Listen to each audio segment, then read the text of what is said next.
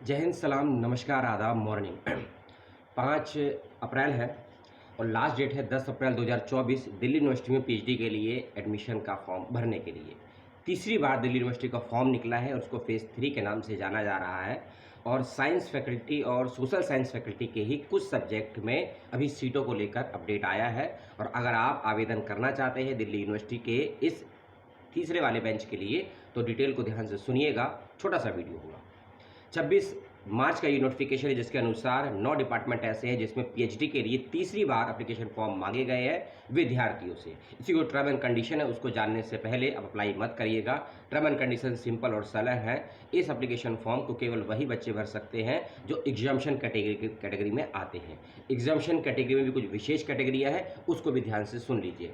ऐसे बच्चे जिन लोगों का यूजीसी या फिर सीएसआईआर का नेट या जेआरएफ क्लियर है वो बच्चे इसको अप्लाई कर सकते हैं। इसके अलावा ऐसे बच्चे जिनके पास Ayush NET, DBT JRF, ICMR JRF और डीएसटी इंस्पायर फेलोशिप अगर है वो बच्चे अप्लाई कर सकते हैं। इसके अलावा यदि आपके पास गेट का जो एग्जामिनेशन होता है तो उसको अप्लाई करने के लिए ये भी एलिजिबिलिटी है, या फिर आप कहीं टीचर्स फैकल्टी हैं, डिस्टेंस मोड पे हो या रेगुलर मोड पे हो या कॉन्ट्रैक्ट बेस पे हो, अगर आपके पास सर्टिफिकेट है कम से कम मिनिमम 2 साल का तो भी आप अप्लाई कर सकते हैं। इसके अलावा अगर आपके पास कोई नेशनल फेलोशिप का एग्ज़ाम आपने पास किया है, कोई फेलोशिप है, एग्जाम्पल के तौर पे अगर आपके पास एनएफएससी, एनएफएसटी, एनएफओबीसी, आरजेएनएफ, एमएनएफ या पीडब्ल्यूडी आरजेएनएफ है तो भी आप अप्लाई कर सकते हैं। इसका विशेष रूप से ध्यान रखिएगा। कोई एंट्रेंस एग्जामिनेशन नहीं होना है क्योंकि मैंने पहले ही क्लियर कर दिया है। ये एप्लीकेशन फॉर्म केवल और केवल एग्जामिनेशन कैटेगरी के लिए निकाला गया है।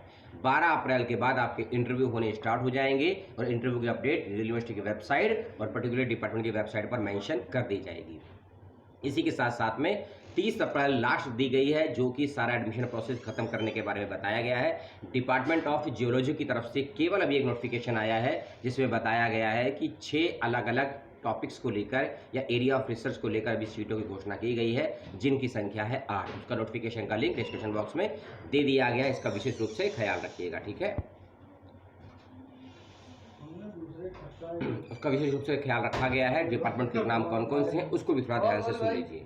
पहला डिपार्टमेंट है इसमें बॉटनी, दूसरा है एनवायरमेंटल स्टडीज़, फिर है जोलॉजी, फिर है आपमें physical astrophysics, anthropology, geology, chemistry, home science और एसीबी यानी कि doctor Ambedkar centre for biomedical research. एक बात का और ध्यान रखिएगा, फेज़ 3 का ये एप्लीकेशन फॉर्म है। जिन बच्चों ने फेज़ 1 और फेज़ 2 का एप्लीकेशन फॉर्म भरा है वो बच्चे भी तीसरी बार अप्लाई कर सकते हैं, लेकिन अप्लाई करते वक्त में आपको कोई रजिस्ट्रेशन या नामांकन फीस को सबमिट नहीं करना है, इसका ध्यान रखिएगा। लेकिन जो बच्चे फेज़ 3 में पहली बार अप्लाई कर रहे हैं उनको फीस देना मैंडेटरी है, इसको भी ध्यान रखिएगा।